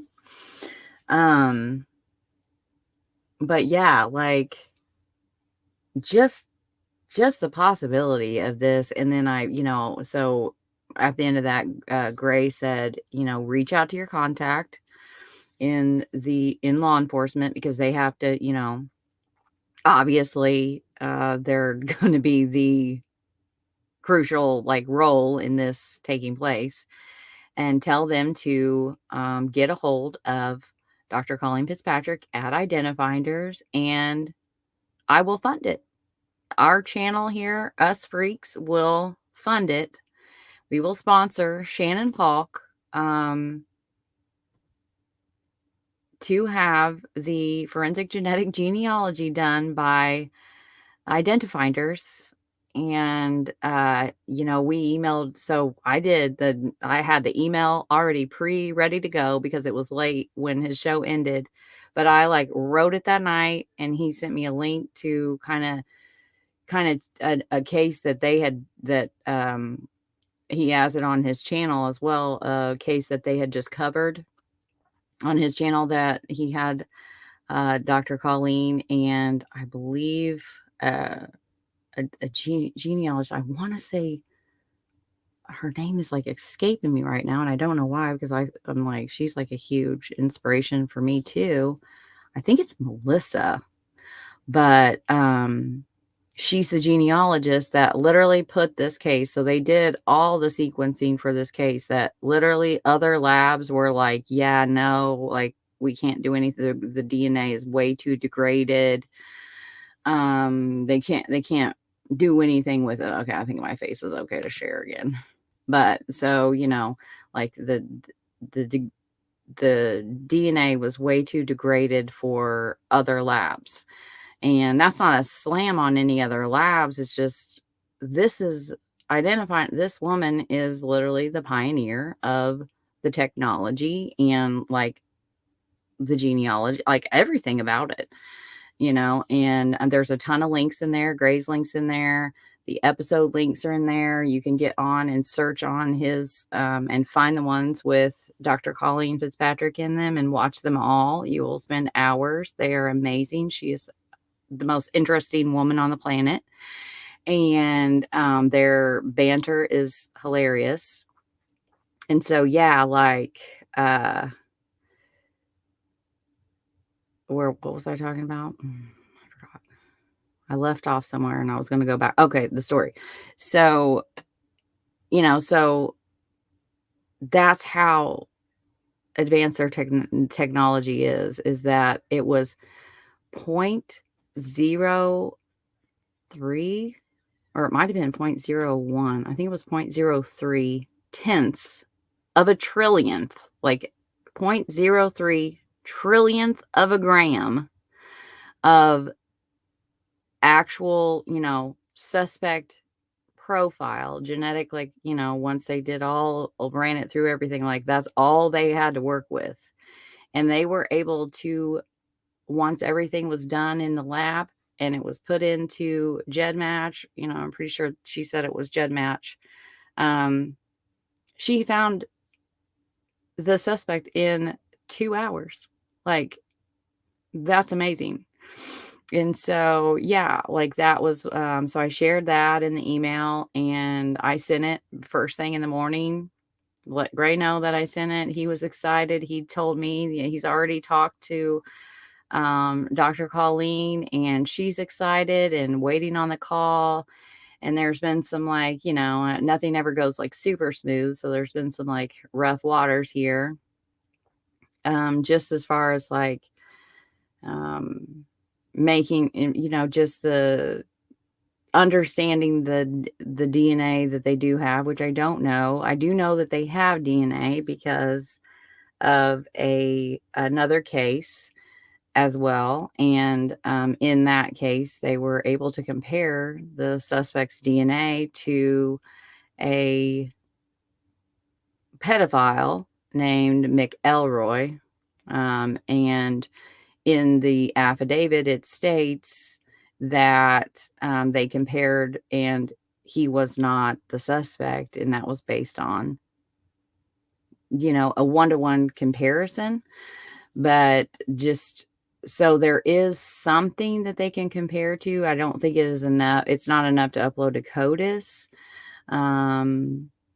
But yeah, like, so, of getting kind of like an understanding for the detective and like making sure. And so the last email I got, which was on Thursday, was from Detective Tom Allen.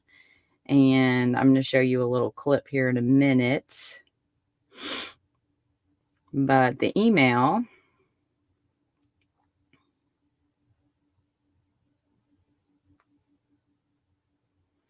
and he did give me permission that I could quote him and share this.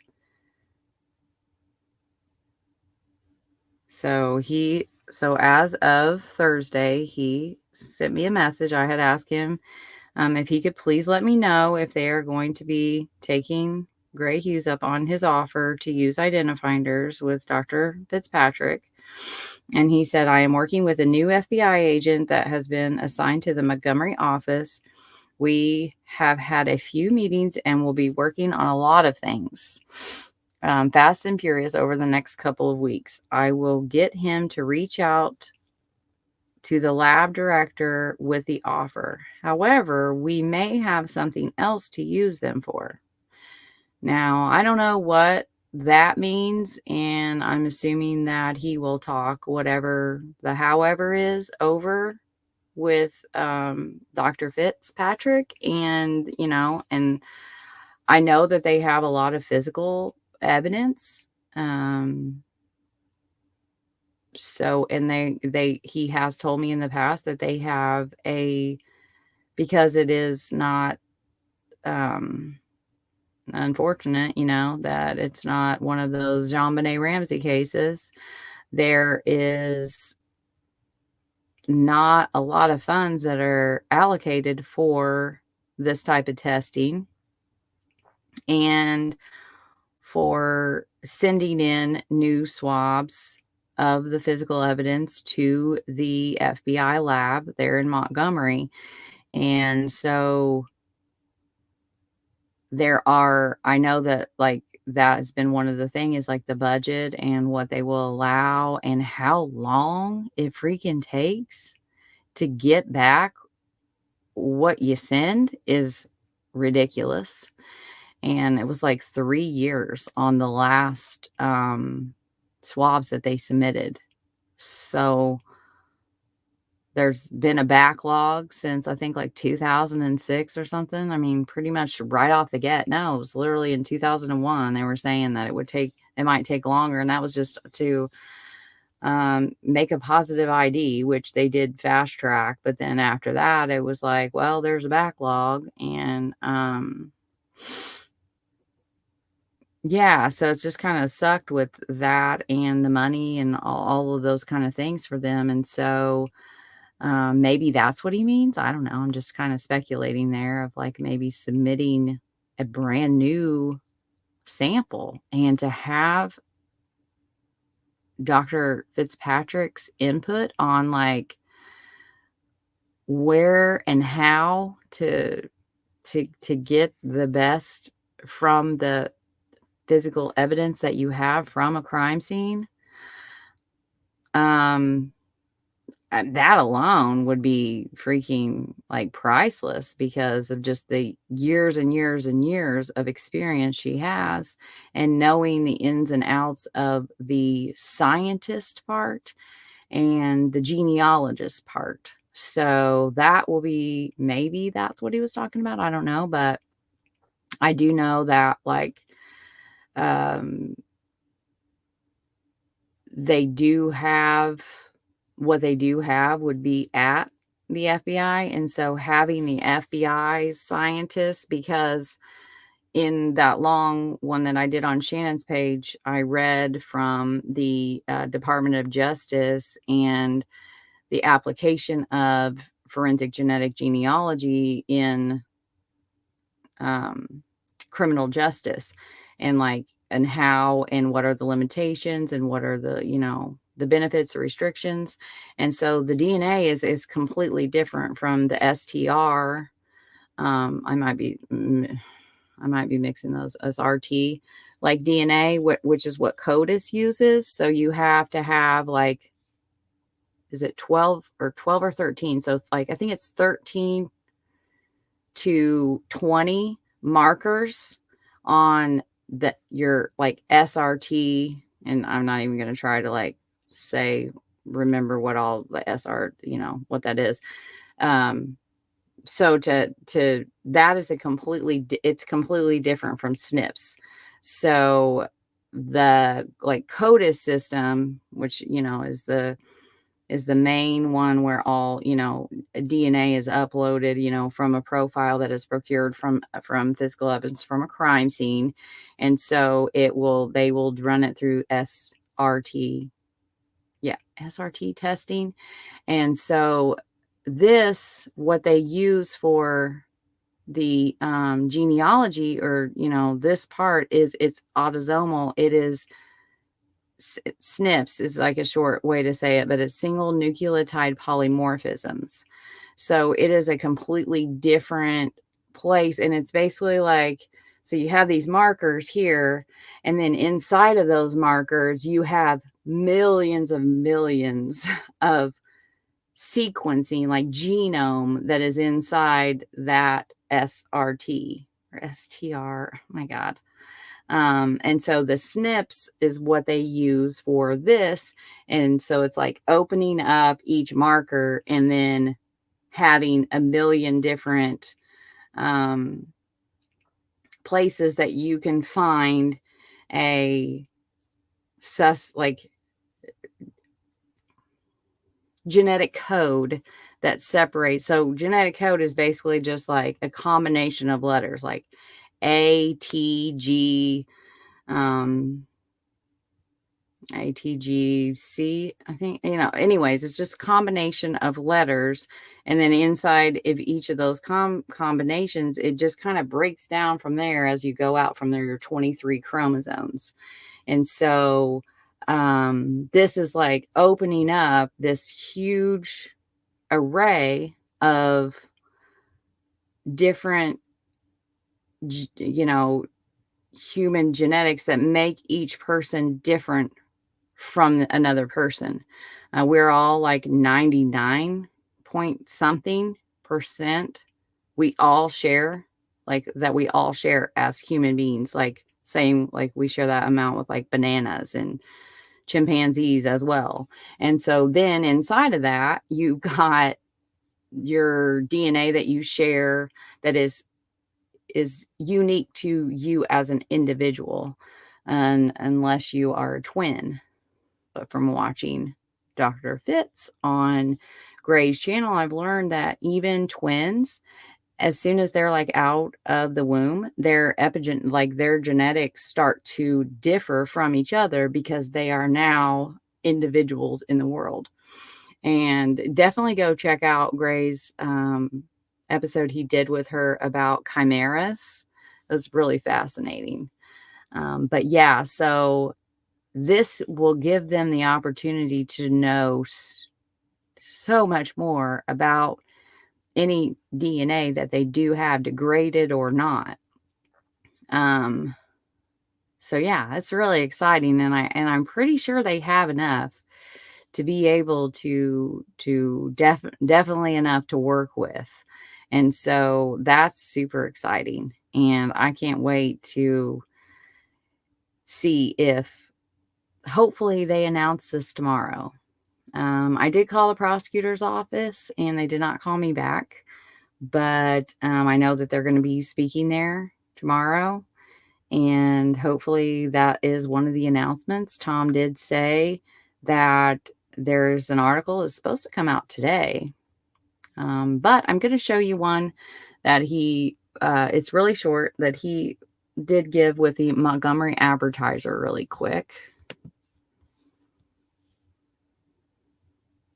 And then this right here, I gotta share my screen.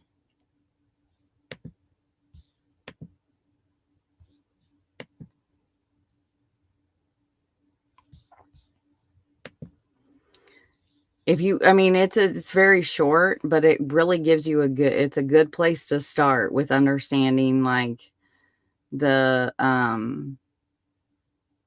forensic genetic genealogy and DNA analysis and searching, like right here, this length. And definitely you can go, I'd cover a lot more in depth, even like walk through like GEDmatch and all that kind of cool stuff. 23andMe, we talked about a ton of stuff. We went through identifinders. We really did more of an in-depth on Thursday night. So go to Shannon's page right here. And this is the live that we did on Thursday directly to her page. So you can watch that. And then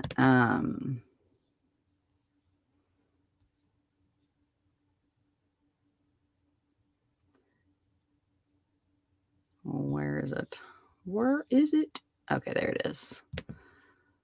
So this is what Tom had to say on August 10th. Hopefully it will play.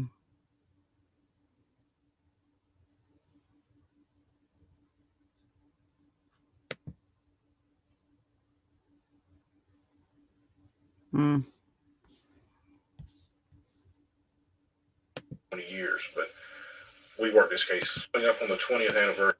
All right, Tom, we're coming up on the 20th anniversary of Shannon Paulk's disappearance.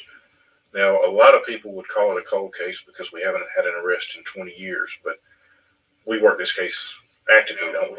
Correct. Prattville has always kept the case open. It's never been put on a shelf and stowed away until somebody wants to work it. It's always been worked. We've always taken tips on it, worked the tips out, continue to process evidence, and hope the new technology will give us a break also. Now, you were a young patrolman back August 16th of 2001. Now you're the case agent assigned. You started at the very beginning, and now you've got it. Do you think we'll ever get that break that we need? Do you think we'll ever solve this case? I think it is solvable. I hope the team that's here now can solve it. I would love to see it before I retire. There's been a lot of investigators retired over the years that, like I said earlier, are still involved, still check on the case. They're open. If we have questions, they're open to giving us the answers that they have. So I think it'll get solved eventually.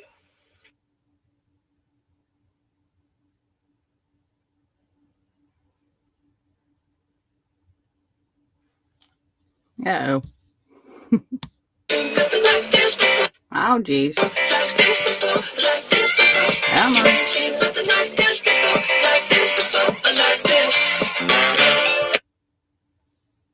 So yeah,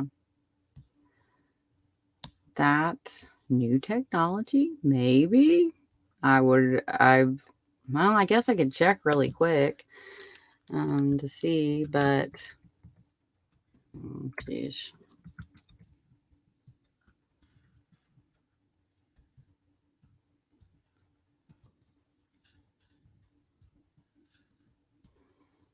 See if anything popped up. No, it's still just the 3 days ago. So maybe it's going to be like on the local news. I don't know. That was with the Montgomery Advertiser, and I know that I'm sure this little clip, it was just like a cut from a bigger, like a longer interview that he did. So maybe it's coming out tomorrow night, since that's the vigil. But yeah, Tom did say that there's a big article that's going to be coming out. He said today, but maybe, he thought it's actually Saturday. So keep an eye on that, because I am excited to read it and see what all they are talking about and what he was kind of hinting at in his email to me. So yeah. And it is 9 o'clock, and I wanted to be done at 9 o'clock, and I still have Ray and Nicole to go. So we are going to take, let me see if she is on time. And Incognito Society is live. So we are going to take an intermission, and I'm going to be going over there and watching her. And then I will either be back tonight or tomorrow, probably tonight, because I'm already super hyper. And that usually means I won't be sleeping anytime soon. So I'll probably go ahead and go live like after her live, if it's not too long, and finish up with Ray Hainish and the updates on Ashley Garth, and then kind of talk about Garrett Kurtz and his testimony. Because I've been, did that part 1 a long time ago. So I want to finish that, because it was really cool to get to be a part of a courtroom. And I do want to talk about that. And so we'll see. Hopefully, I don't know how long she plans. She's usually not on very long at all. So I'll probably be up and wired until like 4 in the morning anyways. So I'll probably just go ahead and go live again after I go watch Incog. So hopefully you guys will join me over there.